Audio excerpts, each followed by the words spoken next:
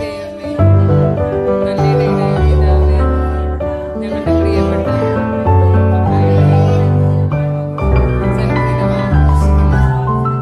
ഈ ശുഭാവസരത്തിൽ അവിടുത്തെ പാദാന്തികത്തിൽ ഒരുമിച്ച് കൂടിയിരിക്കുന്ന ഞങ്ങളെ കരുണാപൂർവം കടാക്ഷിക്കണമേ.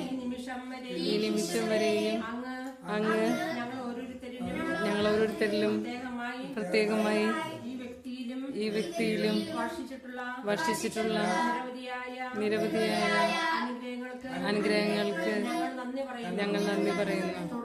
തുടർന്നും ഈ മകനെ അനുഗ്രഹിക്കണമേ. പരസ്പരം സ്നേഹിച്ചും സഹായിച്ചും സഹകരിച്ചും ജീവിച്ചുകൊണ്ട് സർവത്തിലെത്തിച്ചേരുവാൻ